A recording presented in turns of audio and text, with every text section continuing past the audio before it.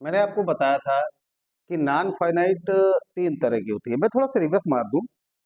उस दिन मैंने ये बताया था कि एक फाइनाइट वो वर्ब है जो कर्ता के बदलने के अनुसार बदल जाती है।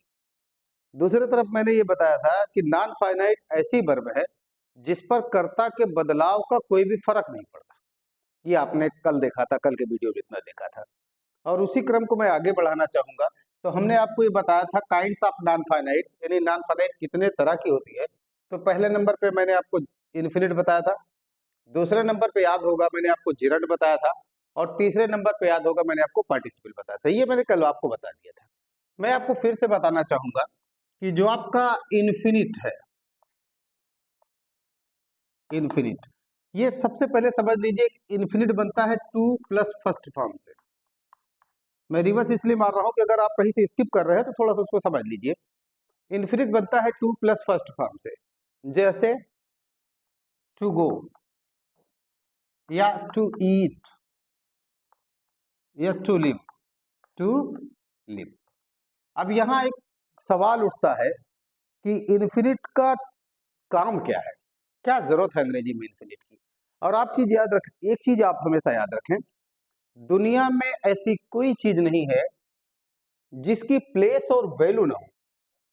हर चीज की प्लेस है और हर चीज की वैल्यू है। तो अंग्रेजी में अगर इन्फिनिट आएगा, इसकी प्लेस और वैल्यू ना हो, ऐसा मुमकिन नहीं। तो चलिए मैं एक बताता हूं कि इसकी यूजेस कहाँ होते हैं। जैसे ये हमेशा लक्ष्य बताता है। क्या बताता है? लक्ष्य बताता है। कल भी मैंने इस चीज को थोड़ा सा इशारा किया था और समय की कमी के कारण मैंने उसको वही रोक दिया था। तो हमने ये बताया कि इन्फिनिट लक्ष्य बताता है।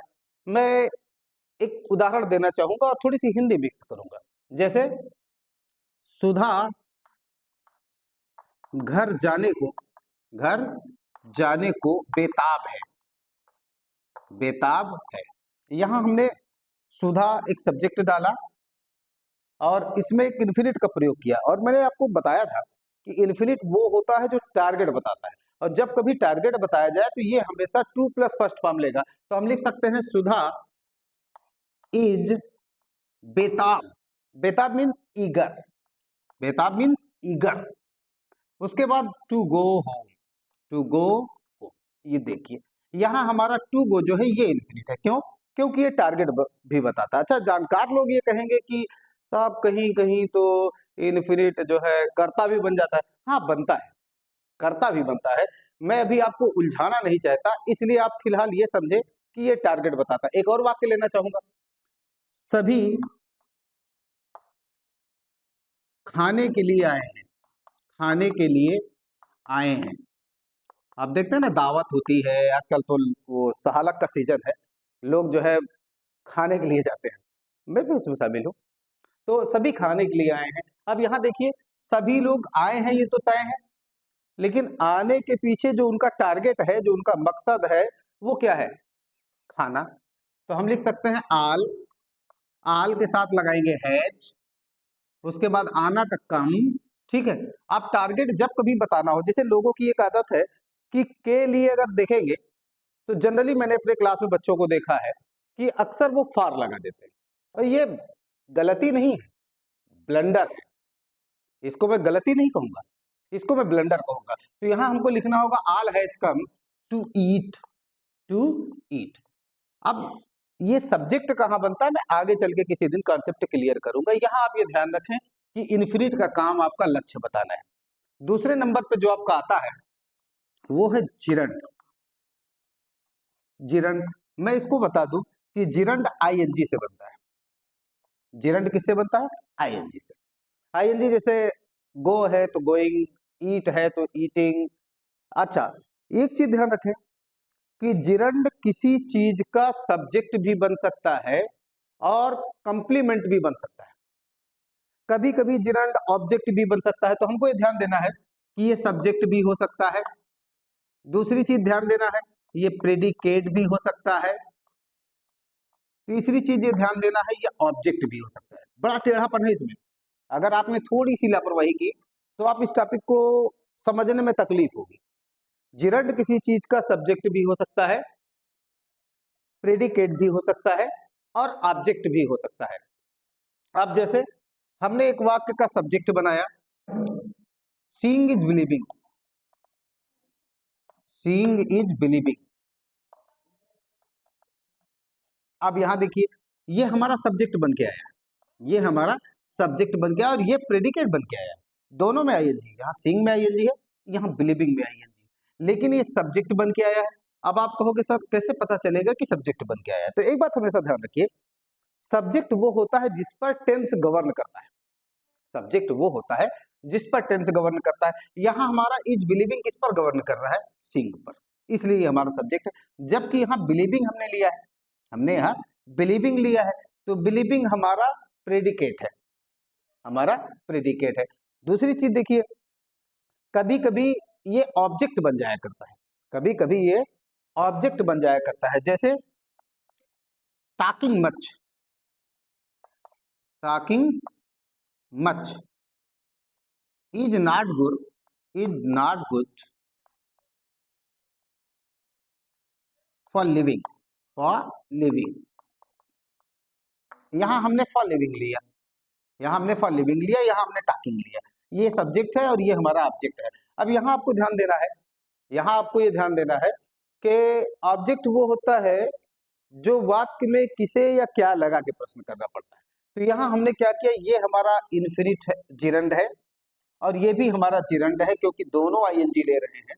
और जिरंड वाक्य का सब्जेक्ट भी बन सकता है और प्रेडिकेट भी बन सकता है और ऑब्जेक्ट भी बन सकता है। तीसरी चीज मैं बताना चाहूंगा, मैं 1 मिनट के लिए इसको रोकता हूं। ए हेलो शाहरुख, यार ये ब्लैक बोर्ड फुल हो जाता है मेरा यार, अब तुमको इतना स्किप करना पड़ेगा मेरी आवाज सवाल, काटोगे ना? नंबर तीसरा है पार्टिसिपल। अब देखिए, सबसे बड़ा टॉपिक जो है आपका नॉन फाइनाइट में पार्टिसिपल है, क्योंकि इसके 3 भाग हैं, 1, 2 और 3। देखिए मैंने एरोइंग किया है, एरो बनाया है, इससे आप अंदाजा लगा लीजिए कि 3 पार्टिसिपल है। जैसे पहला है प्रेजेंट पार्टिसिपल, प्रेजेंट पार्टिसिपल। दूसरा है आपका पास्ट पार्टिसिपल, पास्ट पार्टिसिपल। एक दिन मैं क्लास में पढ़ा रहा था, तो मैंने बच्चों से बताया कि पार्टिसिपल 3 होते हैं, एक प्रेजेंट है, एक पास्ट है, तो मैंने पूछा तीसरा कौन होगा? तो बच्चों ने कहा जी, जी फ्यूचर पार्टिसिपल। और मुझे हंसी आई कि ये टेंस ना हो गया, पार्टिसिपल ना हो गया, टेंस हो गया। खैर मैंने उनको समझाया बेटा ऐसा नहीं कर। और तीसरा मैं आपसे बताना चाहूंगा परफेक्ट पार्टिसिपल, तीसरा है परफेक्ट पार्टिसिपल। अब तीनों पार्टिसिपल का आपको 1 बाय 1 स्टडी करना होगा तो समझ में आएगा। जैसे पहला आता है आपका, पहला हमने लिया इसका, ध्यान रखें थर्ड का फर्स्ट, यानी इसको नंबरिंग में करना चाहूंगा तो ए बी सी यू कर दूंगा तो ज्यादा बेटर रहेगा। यानी इसको मैं ए मानता हूं, इसको मैं बी मानता हूं, इसको मैं सी मानता हूं। ए बी और सी मैंने कर दिया मेन्यू और सब मेन्यू के तहत। पहले नंबर पे आता है प्रेजेंट पार्टिसिपल, प्रेजेंट पार्टिसिपल। अब ये देखिए प्रेजेंट पार्टिसिपल आईएनजी से बनता है। अब आप थोड़े से कंफ्यूज हो सकते हैं, क्योंकि थोड़ी देर पहले मैंने आपसे ये कहा था जिरंड आईएनजी से बनता है, और मुश्किल से 2-4 मिनट बाद मैं आपसे कह रहा हूं कि प्रेजेंट पार्टिसिपल भी आईएनजी से बनता है। तो एक स्टूडेंट जो होता है वो कंफ्यूज होता है। कंफ्यूज इसलिए होता है कि उसके समझ में नहीं आता कि यार यहाँ आईएनजी लगा है, यहाँ आईएनजी लगा है, तो कौन ससुरा पार्टिसिपल है और कौन ससुरा जिरंड है। तो हम आपका बताए रहे, आपको याद होगा कि हमने बताया कि जिरंड सब्जेक्ट बन सकता है, लेकिन पार्टिसिपल कभी सब्जेक्ट नहीं बन सकता। हमने बताया जिरंड ऑब्जेक्ट बन सकता है, लेकिन पार्टिसिपल कभी ऑब्जेक्ट नहीं बन सकता। हमने आपको बताया था जिरंड कंप्लीमेंट बन सकता है, जबकि पार्टिसिपल की औकात नहीं हो कंप्लीमेंट बन जाए। फर्क समझ में आपको? तो हमने क्या बताया, आईएनजी, आईएनजी जब हम लगा देंगे तो पार्टिसिपल बनेगा। अब क्या करते हैं जब डोर सिंगल हो, डोर समझते हैं आप? डोर, मेरे ख्याल से ज्यादातर देखने वाले या मेरे विजुअर जो है वो डोर का मतलब दरवाजा समझेंगे। नहीं, यहां ध्यान रखें, स्पेलिंग है DOOER, यानी डू मीन्स करना, ER मीन्स करने वाला, इट मीन करता। यहां डोर का मीन्स करता है। अब आप ये ध्यान दें कि जब डोर एक हो और उसके काम एक से ज्यादा हो, करने वाला एक हो, काम एक से ज्यादा हो, तो वहां हम आमतौर पर आईएनजी का काम करते हैं। जैसे seeing a lion, seeing a lion, the children bear frightened. ये देखिए, अब क्या हुआ, seeing a lion the children were frightened. यहां आपको ये ध्यान देना पड़ेगा, अगर पार्टिसिपल यूज हुआ है तो काम एक के बाद एक होगा। जैसे सीइंग अ लायन है, यानी बच्चों ने शेर देखा, और दोनों के बीच में गैप नहीं होगा, there should be no gap at all. ये ध्यान रखना, there should be no gap at all, यानी बच्चों ने शेर को देखा, दे बेयर फियर फ्राइटेंड, हालत खराब, सिट्टी पिट्टी गुम। क्या आपको लगा होगा कि पहले उन्होंने शेर को जी भर के देखा होगा, उसके बाद उनकी सिट्टी पिट्टी गुम होगी? नहीं, नजर पड़ी, दिमाग खराब, ऐसा हुआ होगा। तो दोनों काम में, यानी शेर को देखने में और डरने में बहुत ज्यादा टाइम नहीं लगा होगा, गैप नहीं रहा होगा। या एक और देख लेते हैं, सीइंग द पुलिस, या jumping up the thief took to his heels.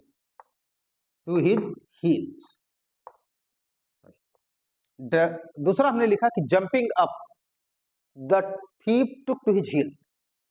हमने ये लिखा कि कूद कर, आप देख रहे हैं, कूद कर चोर सरपट भागा। अब आप देखिए, आपको लगता है कि चोर कूदा होगा और कूद के वहां 2 पल, 4 पल, 6 पल, 10 पल इंतजार किया होगा? नहीं, मेरे ख्याल से ऐसा नहीं होगा। और एक और कहावत भी है कि चोरवा के जीव कितना, इतना छोटा सा, कितना छोटा, इतना इतना जीव होता है। ग्राम में अगर उसको मैं साइंस में तोलूंगा तो मैं किसी दिन पता करूंगा कि जीव का ग्राम कितना होता है, फिर मैं आपको बताऊंगा कि जीव का ग्राम कितना होता है। तो यहाँ हमने लिखा कि जंपिंग अप, यहाँ जो आपका जंपिंग अप है, यहाँ जो आपका जंपिंग अप है, ये पार्टिसिपल है, क्योंकि आईएनजी ले रहा है, ये प्रेजेंट पार्टिसिपल है। उसके बाद the thief took to his heel, दोनों काम के बीच में गैप नहीं है, दोनों काम के बीच में गैप नहीं है। तो ऐसा भी हो सकता है कि कभी कभी सब्जेक्ट इस पार्टिसिपल को गवर्न करे, और कभी कभी ऐसा भी हो सकता है कि ऑब्जेक्ट इस पार्टिसिपल को गवर्न करे। एक वाक्य लूंगा, बड़ा कंफ्यूजिव है, आमतौर पे 99% बच्चा नहीं समझ पाता, मैं टीचर्स को नहीं कहूंगा, 99% बच्चा नहीं समझता। जैसे I saw walking across the road,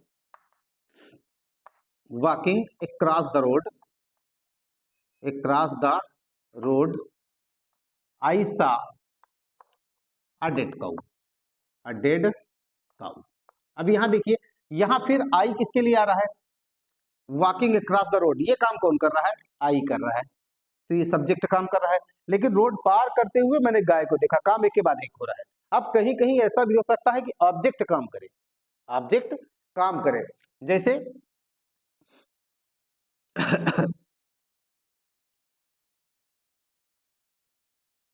रोको थोड़ा,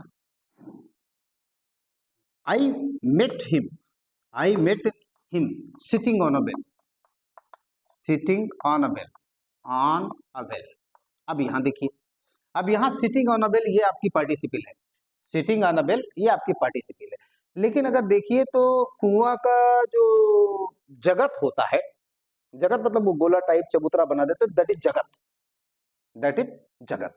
और अंग्रेजी में तो चाहे जगत कहो चाहे चौतरा कहो, प्लेटफार्म ही होगा, अंग्रेजी में क्या होगा, प्लेटफार्म।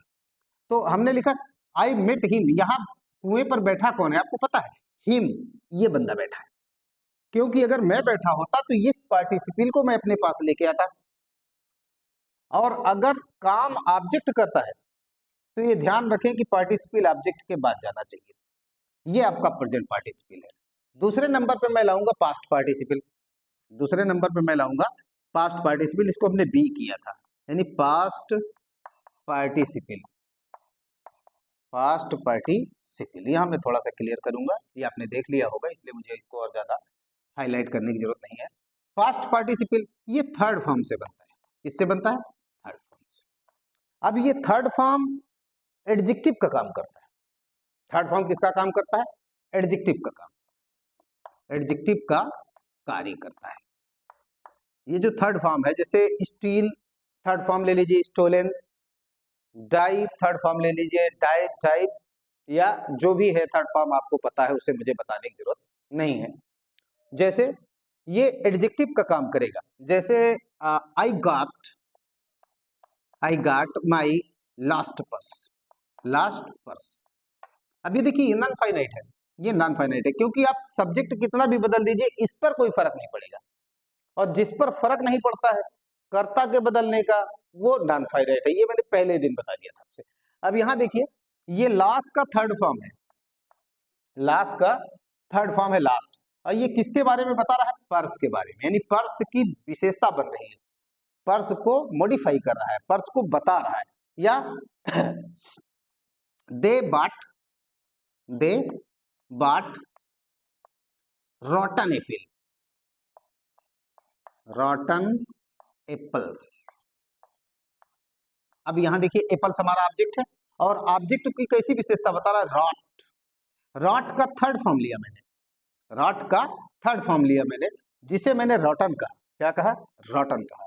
तो ये ध्यान रखिए कि पास्ट पार्टिसिपल ये ऑब्जेक्ट की विशेषता बताती है। हाँ, एक सवाल उठता है कि क्या पास्ट पार्टिसिपल सब्जेक्ट की विशेषता बता सकती है?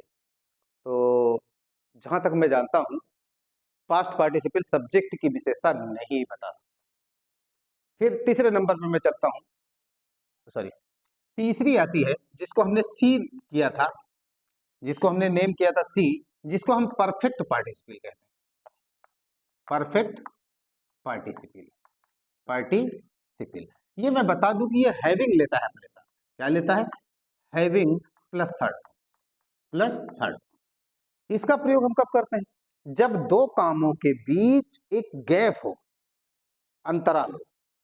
अब अंतराल कैसा होता है? कभी कभी बड़ा होता है, कभी कभी और छोटा होता है, कभी कभी और छोटा होता है, कभी कभी और छोटा, यानी कि कभी कभी एकदम माइन्यूट सा गैप, कभी कभी कैसा गैप होता है? एकदम माइन्यूट सा। जैसे पहले बहुत बड़ा गैप देख लीजिए, having eaten food I slept. अब यहां देखिए, मैंने दो काम किए, एक सोया और एक खाया। दो काम मैंने किए, एक सोने का काम और एक खाने का काम। दोनों काम अगर देखा जाए तो एक के बाद एक हुए हैं, दोनों काम एक के बाद एक हुए हैं। लेकिन आपको पता है, खाना खाने और सोने के बीच में गैप है, वो भी लंबा गैप है। अरे कितना भी बड़ा आलसी होगा तो खाना खाने के बाद हाथ तो धोएगा ना, बिस्तर तक जाएगा कि वहीं खा के वहीं सो जाएगा? ऐसा मुझे तो नहीं लगता ऐसा कोई होगा। दोनों के बीच में बड़ा गैप है। आइए मैं थोड़ा सा गैप घटा दूं, मैं गैप घटा दूं, जैसे एकदम छोटा सा करता हूं, having taken aim, having taken aim, he shot the tiger, he shot the tiger. अब यहां देखिए, अब कभी आपने अगर शिकार किया हो तो इसको आप समझ पाओगे, और अगर आपने कभी शिकार नहीं किया है या बंदूक नहीं चलाया तो पक्का आप नहीं समझ पाओगे। बहरहाल मैं बताता हूं, इसमें हमने वाक्य लिखा है कि हैविंग टेकन एम, निशाना लेकर, निशाना लेकर, ही शॉट द टाइगर, उसने टाइगर को मारा। अब आपको लगता होगा बंदूक उठाना है, ठास देना है, नहीं, ऐसा नहीं है। किसी भी बंदूक चलाने वाले से अगर आप पूछेंगे तो आपको पता चलेगा, जब वो बंदूक को कंधों पर लगाता है, निशाना लेता है, और ट्रिगर दबाने से पहले अपनी सांसों को रोकता है, क्योंकि अगर सांस चलती रहती तो हाथ ऊपर नीचे होगा और उससे निशाना मिस कर जाएगा। इसलिए देखिए, इसमें बहुत माइन्यूट सा गैप है, आप समझ रहे हैं? तो परफेक्ट पार्टिसिपल का काम क्या है? दो काम होंगे लेकिन उनके बीच में गैप जरूर होगा। या यूं कह सकते हैं, हैविंग रीच्ड आगरा, हरिया, ये मेरे अजीज दोस्त हैं,